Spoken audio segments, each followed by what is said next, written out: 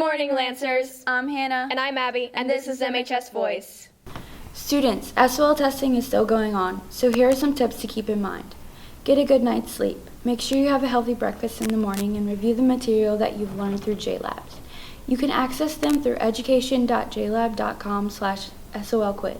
Caitlin Peters is a standout student, athlete, performer, and cheerleader who is always seen with a huge smile and a positive attitude.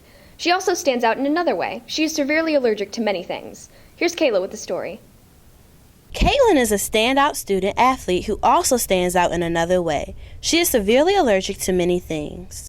I am allergic to peanuts, all tree nuts. I can't have any fresh fruits or vegetables. And I'm allergic to like pollen, trees, and grass, and dust mites, and all animals that shed. KK has pretty much been living with her allergy all her life. For the peanuts, I had an allergic reaction because my great aunt fed me a peanut butter and jelly sandwich when I was 1, and then I had allergy testing for the rest of them. That's when I found out. With limited menu options, KK keeps her diet pretty consistent. But lunch, I eat like Hot Pockets like every single day, and then I go home and I eat like ramen.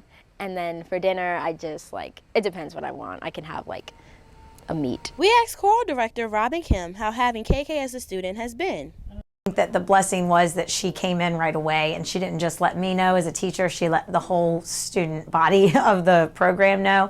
So I think because of that, whether you're in Capital Swing or Touch of Swing, the girls and guys knew they couldn't have certain things around her on the bus and whatnot. KK now manages her allergies by taking medication and being cautious of her surroundings. Or we have done snack bags in the past, and so we couldn't put things like peanut butter crackers, granola bars that might have peanut butter in them. So we always had to be cognizant of the things that we packed in the snack bags for all, because she was going to get one as well. MHS Voice, this is Kayla reporting. I was actually runner-up in a contest to raise funds for the Virginia Rose Foundation. And Virginia Rose was a little girl who passed away of cancer, and she started a foundation for other kids who were battling cancer. So this is a great cause, and I'm very proud to be a princess today. My best reaction was my wife came from work to see me this morning. So my wife was up here. She was just completely taken away by it. Both my daughters FaceTime me. So all the kids' reaction, everyone taking pictures, it's for a great cause, and it's been very interesting. Going to the library to read some books after school today, do a little crocheting, maybe a women's walking club after school, keeping it kind of. For the Virginia Rose Foundation, got my campaign manager, Josh Alford, made sure that I got the most money in my jar at lunches, and voila, here I am.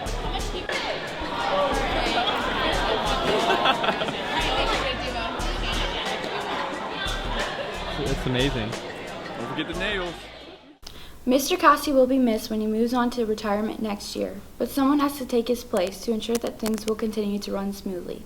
Miss Ellis, current assistant principal, will be Manchester's new principal next year. Here's Taylor with the story. Kristen Ellis, current Manchester administrator, will be taking over for Mr. Cossey next year. Miss Ellis is bringing a few new ideas to the table while still keeping current traditions.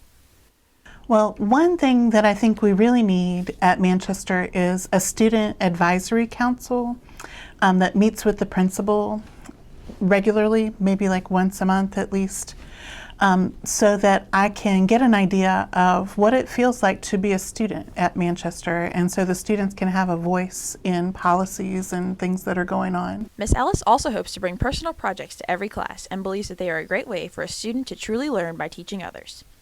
Another thing is the county is moving toward a vision of using project-based learning as a major way that students learn their curriculum in every class across the board. Attendance rates are also something that Miss Ellis hopes to improve, and she has attendance tasks to make sure that students are coming to school on a regular basis. Well, we want to improve our attendance rate. So we're going to have an attendance task force too next year to look into what can we do to support families and students so that we don't have so many students missing so much school. While she is extremely honored To have been chosen to be the follow-up to such a well-respected principal, she knows that it will not be an easy task. I am so excited and honored to have the chance to be the new principal. It's not an easy situation to walk into because Mr. Costi is the master. You know, he has been a phenomenal principal for so long. And for many people in this community, he has been the face of Manchester for 23 years. Miss Ellis looks forward to changing the way students may view her and developing a close and personal relationship with students. So I really look forward to being able to change my relationship with the students and being more of a cheerleader for the whole school and really letting my personality shine with students. For MHS Voice, this is Taylor reporting. North Korea has once again attempted to display their dominance by launching yet another missile. For the second time in 2 weeks, it failed. North Korea is desperate to advance their nuclear program, but judging by the numerous failed attempts over the past few months, they are far behind schedule.